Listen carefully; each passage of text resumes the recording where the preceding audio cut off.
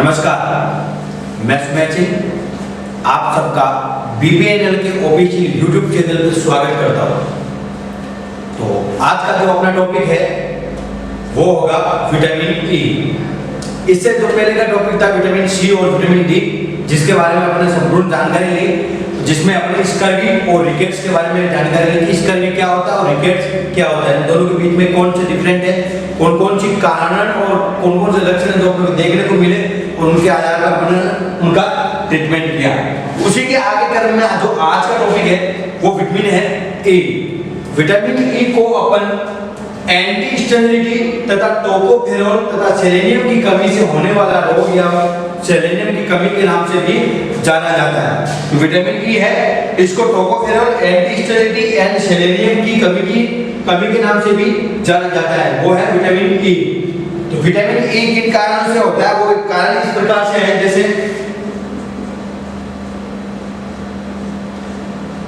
अपन ये मान सकते हैं कि ये विटामिन ई है वो प्रजनन से संबंधित है, मान सकते हैं इस चीज को, क्योंकि इसके अंदर एंटी स्टेरिलिटी नाम आया है। तो कारण में है आहार में सेलेनियम की कमी तथा आहार में अनसैचुरेटेड फैटी एसिड की प्रचुर मात्रा का होना। तो कारण का मतलब यही है कि आहार में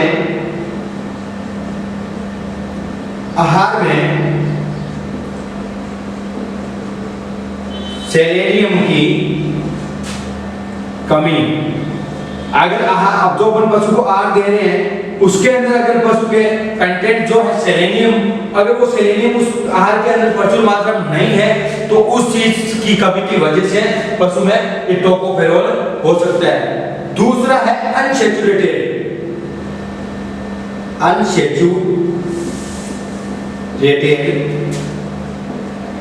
फैटी एसिड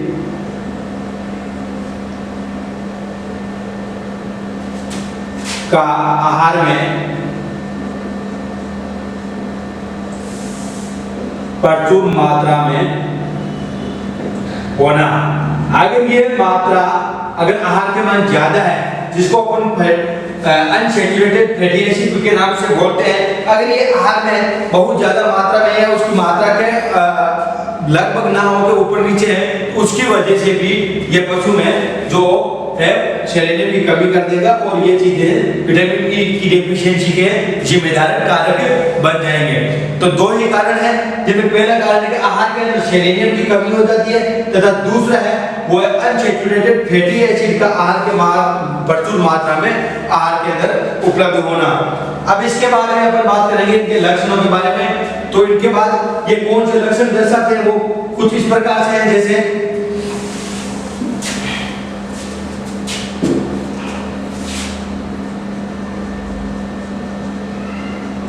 सिम्टम्स। तो सिम्टम्स इस प्रकार के हैं, जैसे इस विटामिन की कमी से मादा पशु में मध का आना कम हो जाता है। दूसरा, पशुओं में नपुंसकता व बांझपन की स्थिति उत्पन्न हो जाती है, यानी कि मादा पशु में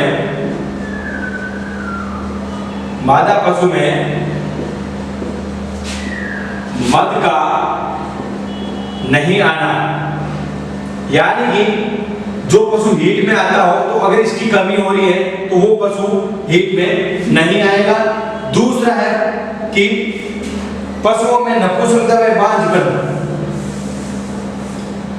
पशुओं में नपुंसकता व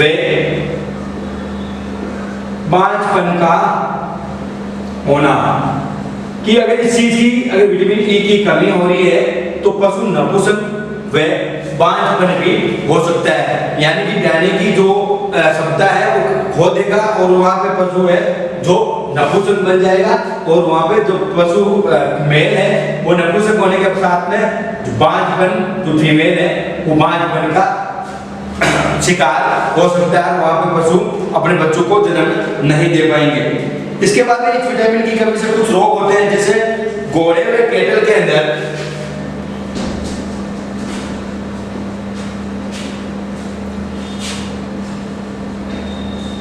घोड़े पे गाय भैंस में, तो गाय भैंस में और घोड़े में कुछ स्पेशल कमी की वजह से एक रोग होता है जिसको अपन एंजियोटिक मस्कुलर डिस्ट्रोफाई कहते हैं। एंजियोटिक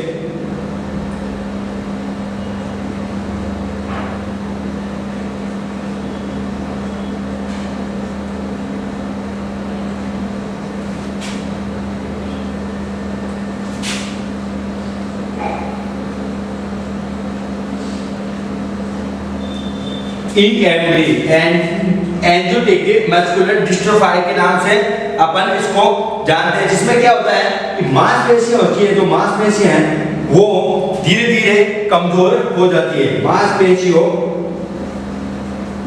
में कमजोरी, यानी कि जो EMD नामक रोग है, विटामिन E की कमी से जो EMD रोग होता है उसमें मांसपेशियां जो मसल्स होती है वो कमजोर होना शुरू हो जाती है और वो अपना पूरा वजन या अपना जो बॉडी का भार है उसको सहन नहीं कर पाते, जिसकी वजह से विटामिन E की डेफिशिएंसी हो जाती है। उसके बाद में सुअर में जो रोग होता है वो इस प्रकार है, जैसे मेलियरी हार्ट डिजीज,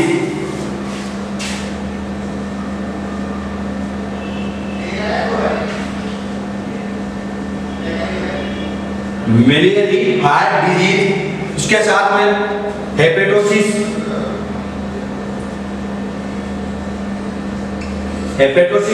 तथा EMD के नाम से भी EMD, ये बीमारी किसमें होती है? सुअर में, यानी मेलियरी हार्ट डिजीज के साथ साथ में हेपेटोसिस और हेपेटोसिस के साथ में एंजियोटिक मस्कुलर डिस्ट्रोफी नामक डिजीज भी विटामिन E की कमी की वजह से सुअर के अंदर भी होना शुरू हो जाती है।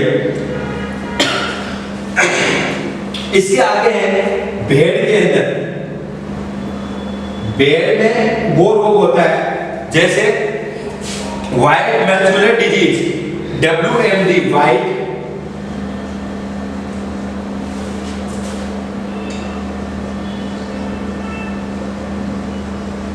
व्हाइट मस्कुलर डिजीज, और इन लैम जो छोटे बच्चे होते हैं उनमें व्हाइट मस्कुलर डिजीज, और इसके साथ में बड़े के अंदर जो भेड़ होती है उसमें EMD, एंजियोटिक मस्कुलर डिजीज। तो इसका मतलब क्या है? जो मांसपेशियों की कमजोरियां हैं वो इनमें कॉमन है, चाहे सुअर हो, चाहे भेड़ तथा गाय, भैंस और घोड़े के अंदर ये EMD जो एंजियोटिक मस्कुलर डिजीज है वो इन सब चीजों में कॉमन है, और तथा इस विटामिन E की कमी की वजह से ये रोग इनमें होते हैं। अब इनके बाद में मुख्य बात ध्यान देने वाली बात ये है कि जो पोल्ट्री होते हैं, पक्षी होते हैं पोल्ट्री, उनमें इस कमी की वजह से कौन सा रोग होता है वो इस प्रकार से है, जैसे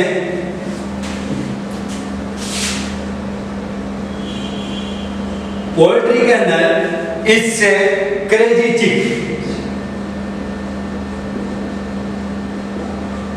चिक नामक रोग होता है। इस रोग में चूजे आंखें बंद करके बैठे रहते हैं तथा अचानक बिना कारण बिना पंख फैलाए दौड़ते रहते हैं। यानी कि जो एक क्रेजी चिक है, इनमें जो चूजे होते हैं, चूजे हैं वो आंखें बंद करके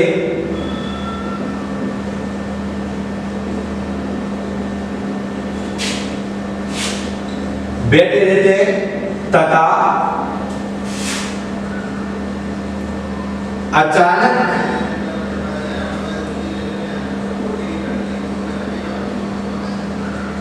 इधर उधर बिना पंख फैलाए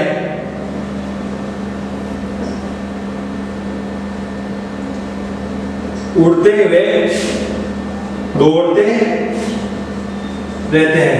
यानी कि क्रेजी चिक के अंदर जो चूजे हैं वो पहले तो आंखें बंद करके चुपचाप एक जगह बैठा रहेंगे, लेकिन अचानक एकाएक करके वो अपने पंखों को बिना पंख फैलाए इधर उधर दौड़ते रहते हैं। तो ये सबसे बड़ी चीज है मुर्गियों के अंदर कि बिना पंख फैलाए इधर उधर भाग रहे, तो उसकी वजह से कौन से क्रेजी। तो इसका अपन याद रखने के लिए ऐसा रख सकते हैं कि पागलों की तरह दौड़ रहे हैं। अपने बोलते हैं बिना किसी कारण के वजह से इधर इधर पागलों की तरह दौड़ रहे हैं। तो पागल का अर्थ होता है क्रेजी, और चिक के चूजे हैं तो उसके अंदर आ जाए चिक। तो क्रेजी चिक का मतलब यही होता है कि बिना मतलब पागल के रूप में बिना किसी मकसद के इधर उधर बिना पंख फैलाए पागलों की तरह दौड़ते हुए उड़ते रहते हैं। तो इसका मतलब क्या हुआ, उसके अंदर क्रेजी चिक बीमारी हुई है, जिसे अपन एनसेफेलोमैलेशिया कहते हैं। इसे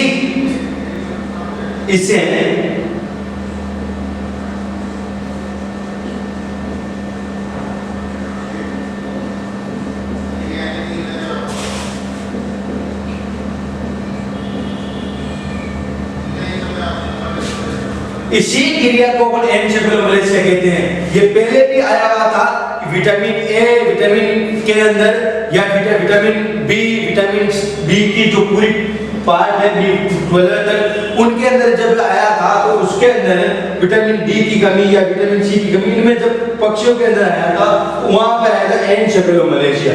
इसका मतलब एनसेफेलोमैलेशिया का अर्थ क्या होता है कि चूजे आंखें बंद करके कुछ समय तक बैठे रहते हैं, उसके बाद में अचानक किसी कारणवश बिना किसी कारण के वो इधर उधर बिना पंख फैलाए उड़ते रहते हैं, जिसको क्रेजी चिक तथा एनसेफेलोमैलेशिया के नाम से जानते हैं। तथा एनसेफेलोमैलेशिया के साथ साथ इस विटामिन की कमी की वजह से एक बीमारी और हो जाती है, जिसको अपन हेपेटिक नेफ्रोसिस के नाम से भी जानते हैं। इस विटामिन की कमी से हेपेटिक नेफ्राइटिस, इस विटामिन की कमी से हेपेटिक नेफ्राइटिस नामक रोग भी हो जाता है। यानी कि विटामिन ई की कमी की वजह से कुछ डिजीज अपन ने घोड़े, गाय, भैंस, बकरी के अंदर EMD वगैरह, मलेरिया, हार्ट डिजीज, ये सब चीजें पढ़े। उसके बाद में क्रेजी चिक जो चूजे में है, उसके साथ में कुछ इस विटामिन की कमी से जो हेपेटिक नेफ्राइटिस है जो लीवर से संबंधित है, उसमें यह बीमारी भी हो जाती है। तो अब अपन कारण और लक्षण जानने के बाद में अपन इस चीज का उपचार करेंगे।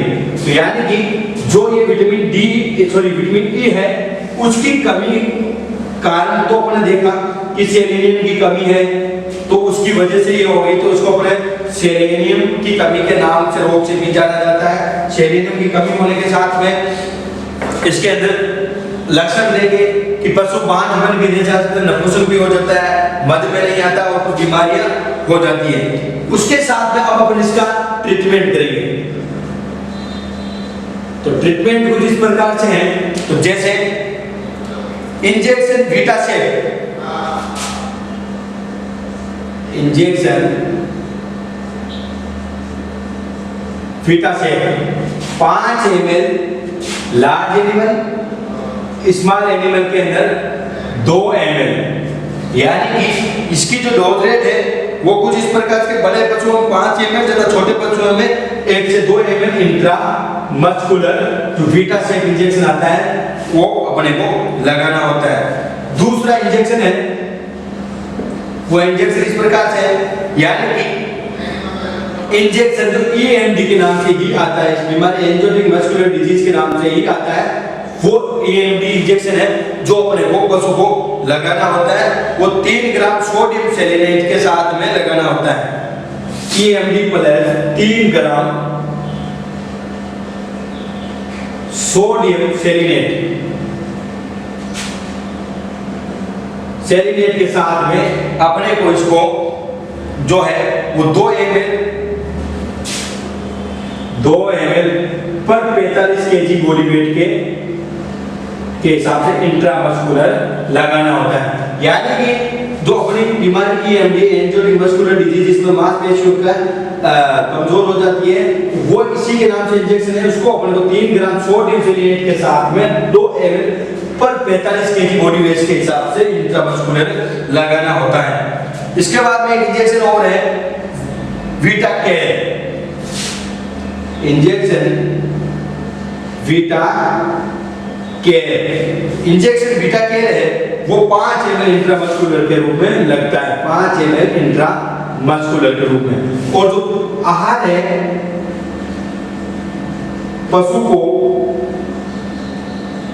आहार अंकुरित होने पर ही दें।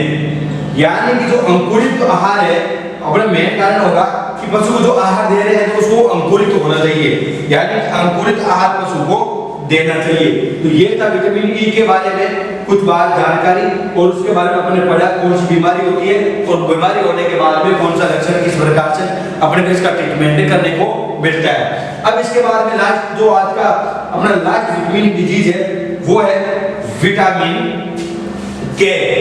केपलिन नाम से जाना जाने वाला विटामिन के, जिसमें ब्लड से संबंधित या ब्लड का क्लॉट नहीं हो पाता, जिसकी कमी हो जाने पर, तो उसके बारे में अपन बात करेंगे। तो विटामिन के क्या है इसके बारे में अपन जानकारी लेते हैं। तो विटामिन मैं आशा करता हूं कि विटामिन ई और तथा बाकी के विटामिन आप सबको समझ में आया होगा। और अब जो अगला लास्ट अपना है वो है विटामिन ए। इसको एंटी हीमोरेजिक विटामिन भी कहते हैं, यानी इसको एंटी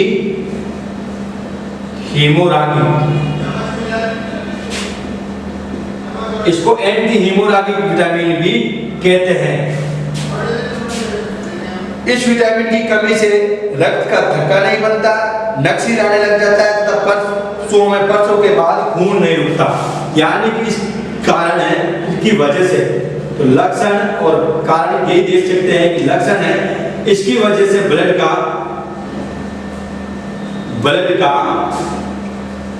क्लॉट नहीं जमता, यानी कि रक्त है ब्लड है वो रुक नहीं पाता। दूसरा है प्रसव के बाद पशु का ब्लड नहीं रुकता, यानी कि जिस पर 11 या भैंस जो पशु ब्याई है उसके बाद में जो ब्लड आता है उसकी कमी की वजह से, विटामिन के की कमी से वो रुक नहीं पाता। तीसरा अपन देख सकते हैं कि पशु को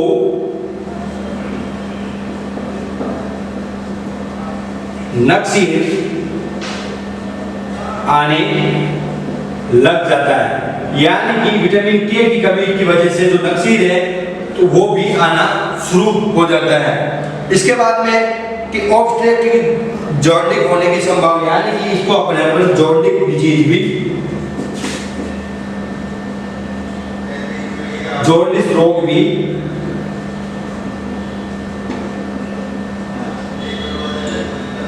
लकवा भी हो सकता है तथा पशु को दस्त हो जाता है, यानी कि जो डायरिया है वो सीरियल डायरिया होने शुरू हो जाती है, यानी कि पशु को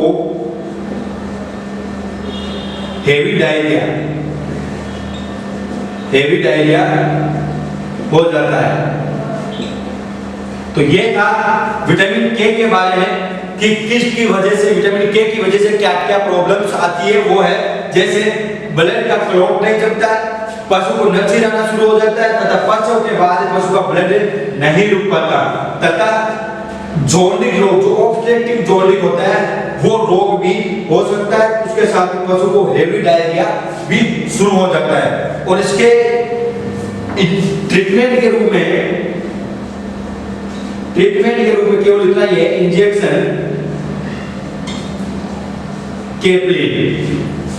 केपलिन नाम से इंजेक्शन आता है जिसको अपन क्रोमेस्टिन जिसको अपन क्रोम बोलते हैं, वो 10 ml इंट्रामस्कुलर लगाना होता है।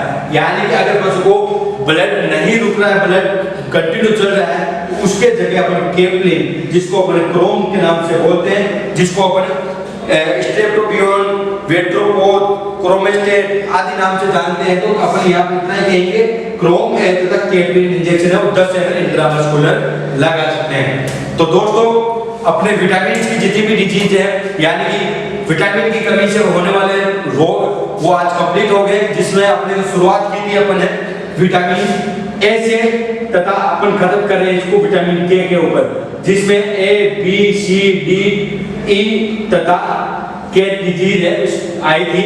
तो इसके बारे में अपने संपूर्ण जानकारी ली, इनकी वजह से कौन कौन सी बीमारियां होती है, ये किन कारणों से होते हैं तथा इनके बाद में इनका उपचार कैसे किया जाता है। तो आज के टॉपिक में इतना ही, यानी कि अपना जो विटामिन के जितने भी डिजीज थे वो कंप्लीट हो चुकी है।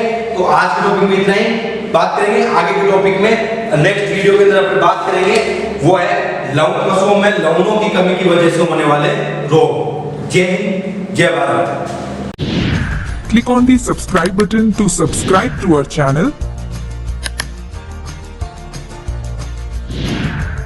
Press the bell icon on the YouTube app and never miss another update.